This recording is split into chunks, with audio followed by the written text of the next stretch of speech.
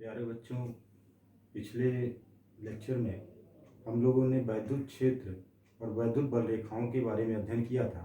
मैंने बताया था कि किसी आवेश का वैद्युत क्षेत्र, अगर कोई क्यू आवेश है, इसके वैद्युत क्षेत्र से तात्पर्य यह है कि इसके आसपास का वह क्षेत्र जहाँ पे जब कोई हम अन्य आवेश, जिसको हम परीक्षण आवेश कहते हैं, अगर लाते हैं और वह बल का अनुभव करता है तो वह पूरा क्षेत्र इसका वैद्युत क्षेत्र कहलाता है।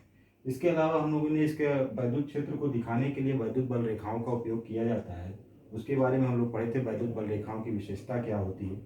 आज के इस लेक्चर में हम लोग पढ़ेंगे कि वैद्युत क्षेत्र की तीव्रता की बात करें। दरअसल हम लोग को मालूम है कि कोई अगर आवेश Q है, इसके आसपास एक वैद्युत क्षेत्र है जिसमें अन्य आवेश को लाया जाता है, तो एक वैद्युत बल का अनुभव कर रहा है।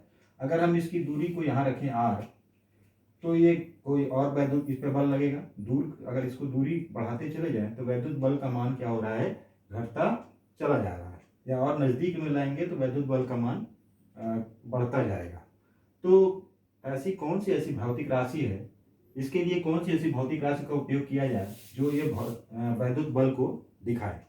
तो इसके लिए एक जो भौतिक राशि उपयोग किया जाता है उसको हम लोग बोलते हैं वैद्युत क्षेत्र की तीव्रता। इसको परिभाषित कैसे करते हैं कि अगर कोई क्यू आवेश है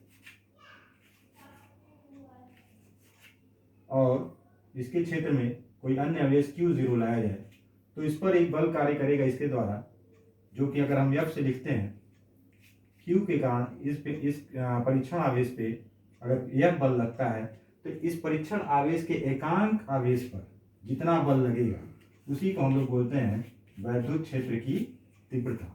अगर इसके कारण इस पर बल F लग रहा है तो इसके एकांक आवेश पर जितना बल लगेगा वह कहलाता है वैद्युत क्षेत्र की तीव्रता। इसको परिभाषित ऐसे कर सकते हैं कि वैद्युत क्षेत्र के भीतर परीक्षण आवेश के एकांक आवेश पर लगने वाला बल ही वैद्युत क्षेत्र की तीव्रता कहलाता है। इसका मात्रक हम लोग बोल सकते हैं, इसका मात्रक होगा SI मात्रक न्यूटन प्रति कूलम। इसको ऐसे भी लिखा जा सकता है क्योंकि हम लोग को मालूम है कूलम के नियम से इसके बीच का बल निकाल सकते हैं। यह होता है, अगर F बाई Q0 करते हैं तो इसके बीच का जो बल है, अगर दूरी R है तो हम लोग लिख सकते हैं 1/4 पाई एप्सिलॉन 0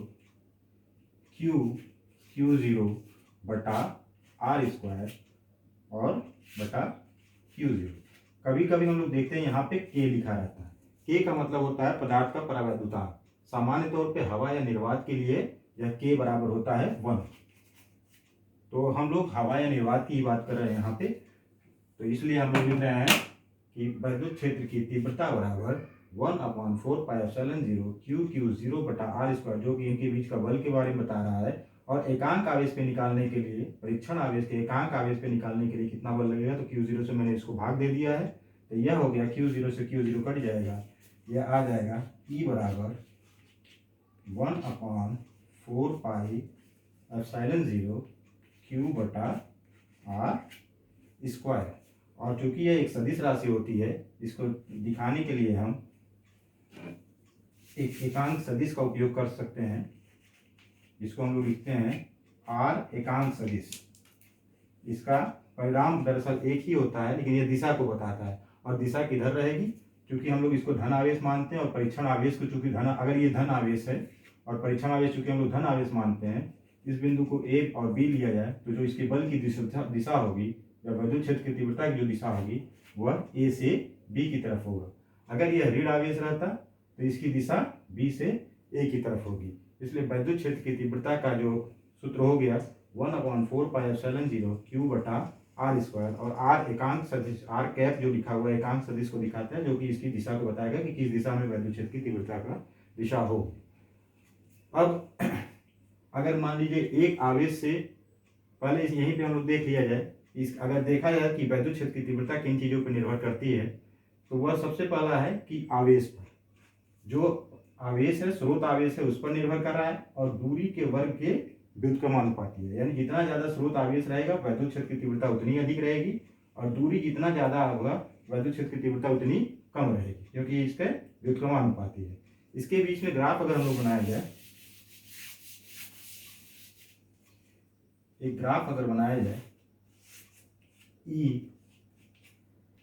यानी वैद्युत क्षेत्र की तीव्रता और दूरी r के बीच में, तो यह ग्राफ हमको इस तरह का मिलता है, क्योंकि ई व्युत्क्रमानुपाती है r स्क्वायर के।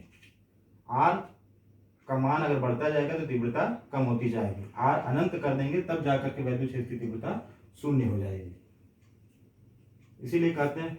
और इसके अलावा अब बात आती है कि वैद्युत क्षेत्र अगर एक आवेश है तब तो इतना हुआ, ई से दिखाते हैं, लेकिन अगर यही कई आवेश हों यानी आवेशों का निकाय हो, जैसे Q1 है, Q1 आवेश, Q2 आवेश और एक Q3 आवेश है, इन सबको कारण वैद्युत क्षेत्र की तीव्रता वैद्युत क्षेत्र होगा। अगर इस बिंदु पे हमको निकालना है, जो कि परीक्षण आवेश Q0 लिया जाए, तो यह कोई भी बिंदु है जिस बिंदु पे हमको निकालना है इन सबों के कारण वैद्युत क्षेत्र की तीव्रता, तो इसका कारण जो होगा ये E1 होगा, इसके कारण E2 होगा, ये E1 हो गया, इसके कारण वैद्युत क्षेत्र की तीव्रता यहाँ पे होगी E3। तो पूरे निकाय के कारण इस बिंदु पे वैद्युत क्षेत्र की तीव्रता जो होगी वो सदिश योग होता है। इसको यहाँ पे हो जाएगा वेक्टर E बराबर E1 plus E2 plus E3। यह सदिश चूंकि होता है, इसलिए अगर पूरे निकाय के कारण किसी बिंदु पर जो कुल वैद्युत क्षेत्र की तीव्रता होगी यानी परिणामी तीव्रता होगी, इन सभी तीव्रताओं का सदिश योग होगा, E बराबर E1 plus E2 plus E3 या जितने भी हों।